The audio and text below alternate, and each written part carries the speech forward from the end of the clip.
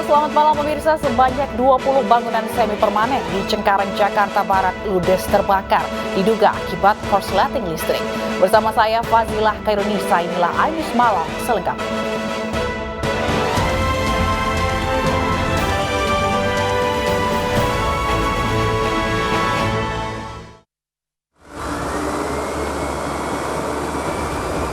Kobaran api serta kepulan asap hitam pekat membumbung tinggi saat 20 bangunan semi permanen di Cengkareng, Jakarta Barat terbakar api. Hembusan angin yang kencang serta banyaknya material bangunan yang mudah terbakar membuat api dengan cepat merambat ke bangunan lain. Petugas suku dinas pemadam kebakaran Jakarta Barat berupaya melokalisir api guna mencegah terjadinya perambatan yang lebih meluas. Diduga kebakaran ini disebabkan korsleting listrik. Cuma informasi dari arus pendek. Ya. Oh, listrik ya Pak? Ya. Ini ada berapa rumah Pak yang kebakar Pak? Ya, kurang lebih 20-an. 20 rumah. Ya. Ini bangunannya bangunan semi permanen atau? Bangunan Bangunan sederhana lah. Dari kayu-kayu gitu? Kayu-kayu ya. Itu yang bikin apinya makin lambat ya Pak ya? Ya. Ada korban nggak Pak tadi Pak? Sementara belum ada ya. Tidak ada korban jiwa dalam peristiwa ini, namun api baru dapat dipadamkan 1 jam kemudian setelah 12 unit mobil pemadam kebakaran ke lokasi kebakaran. Dari Jakarta, Miftahul Gani, iNews melaporkan. Angin puting beliung menerjang Desa Bukian di Kabupaten Gianyar, Bali. Akibatnya rumah warga, bangunan gudang, serta kandang ternak rusak berat.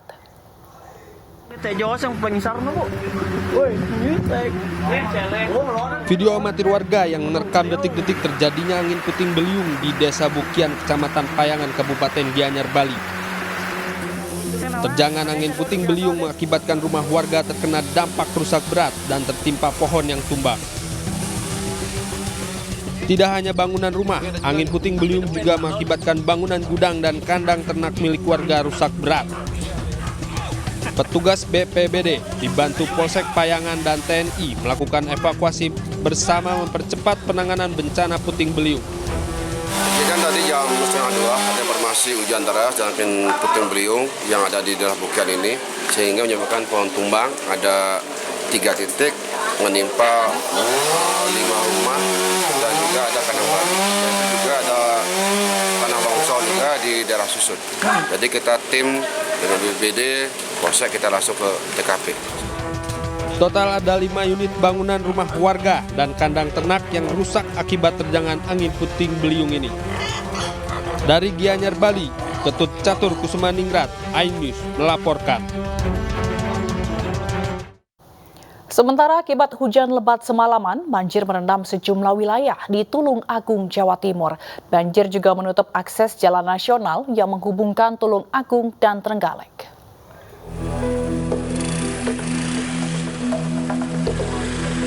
Diguyur hujan deras semalaman, sejumlah desa di wilayah Kecamatan Bandung, Tulung Agung direndam banjir. Selain merendam area persawahan dan pemukiman, banjir juga menutup akses jalan nasional sepanjang 3 km yang menghubungkan wilayah Bandung, Tulung Agung dengan wilayah Perigi, Trenggalek. Sejumlah pemotor yang nekat terobos banjir alami mogok.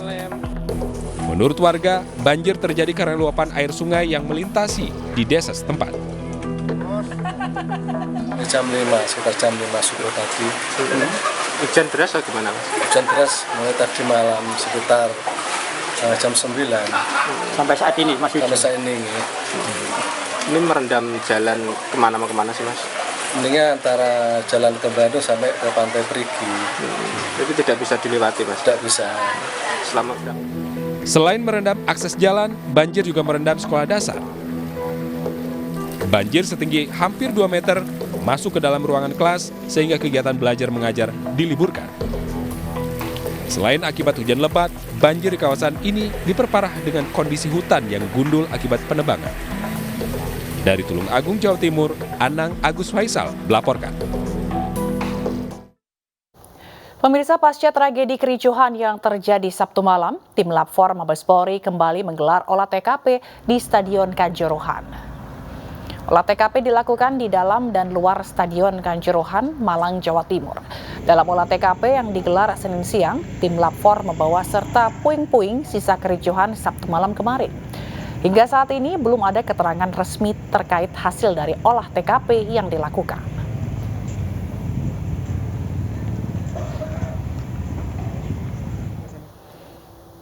Imbas tragedi maut Kanjuruhan, Kapolres Malang dicopot dari jabatannya. Selain itu, Polri telah memeriksa 20 orang saksi dalam kasus tersebut dan memeriksa 28 personel polisi terkait dugaan pelanggaran kode etik. Juga Pak Kapolri mengambil suatu keputusan yang memutuskan berdasarkan surat telegram nomor ST 2098 Romawi 10 Cap tahun 2022 menonaktifkan sekaligus mengganti Kapolres Malang AKBP Ferry Hidayat SH MH dimutasikan sebagai Pamen SSDM Polri dan digantikan oleh AKBP Putu Kholis Arya SIK yang sebelumnya menjabat sebagai Kapolres Pelabuhan Tanjung Priuk Polda Metro Jaya.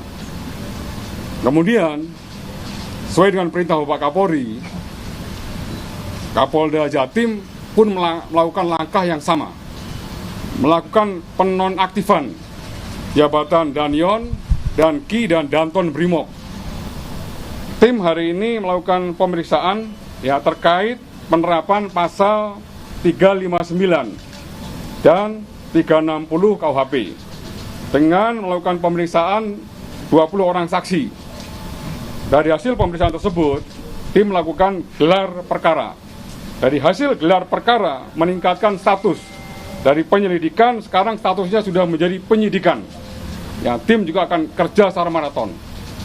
Kemudian yang ketiga, dari hasil pemeriksaan Itsus, Itwasum Polri dan Biro Paminal, update yang perlu saya sampaikan pada malam hari ini juga melakukan pemeriksaan dugaan pelanggaran kode etik anggota Polri sebanyak 28 personil Polri. Sementara itu, hujan tangis mewarnai doa dan tabur bunga yang dilakukan pemain Arema untuk mengenang korban kerusuhan supporter di Stadion Kanjuruhan. Manajemen menyerahkan seluruh penyelidikan kepada pihak berwajib dan berharap tak terulang di kemudian hari.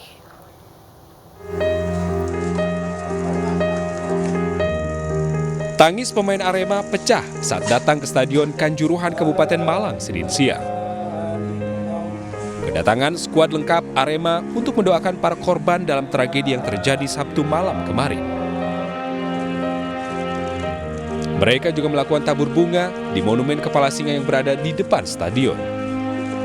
Manajer dan pelatih Arema FC berharap peristiwa semacam ini tak terulang lagi.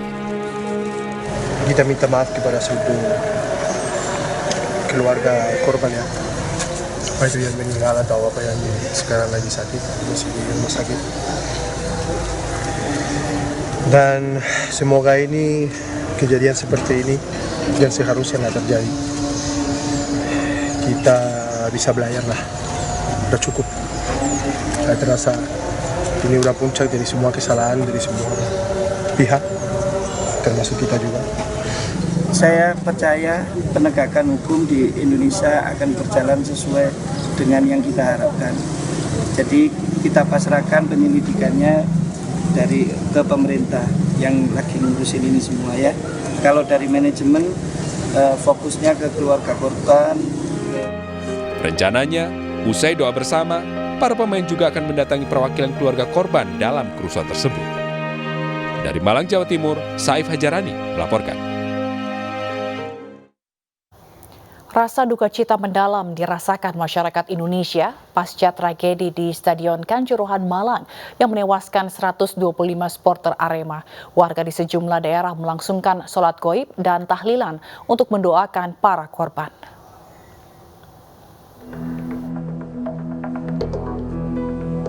Acara nonton bareng pertandingan Persib melawan Persija di Mapolresta Bandung berubah menjadi doa bersama atas tragedi Stadion Kanjuruhan.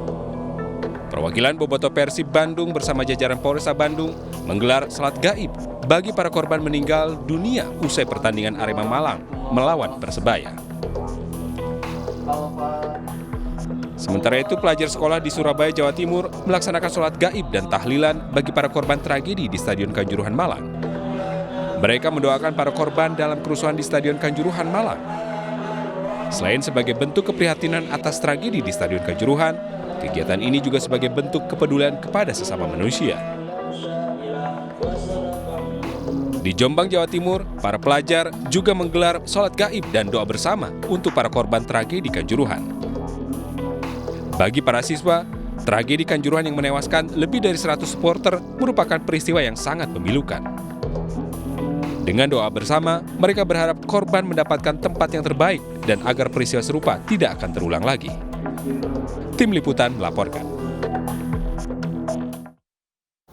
Seluruh jenazah korban meninggal dunia tragedi Kanjuruhan telah diambil pihak keluarga, sementara korban luka masih dirawat intensif di rumah sakit.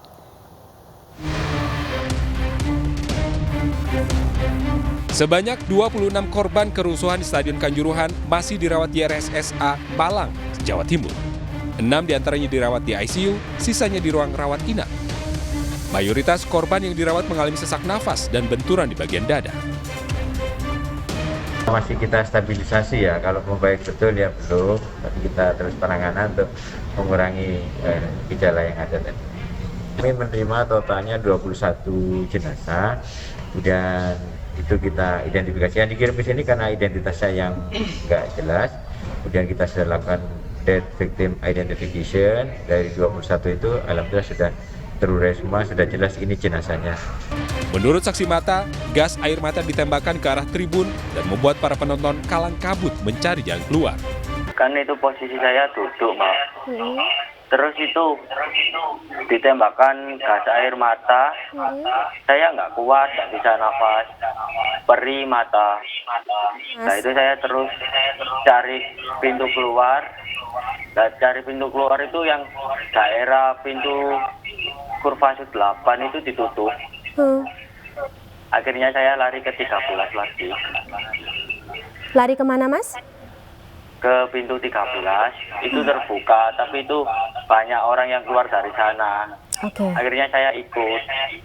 Sementara, jumlah total korban tragedi sepak bola Kanjuruhan secara keseluruhan adalah 448 orang.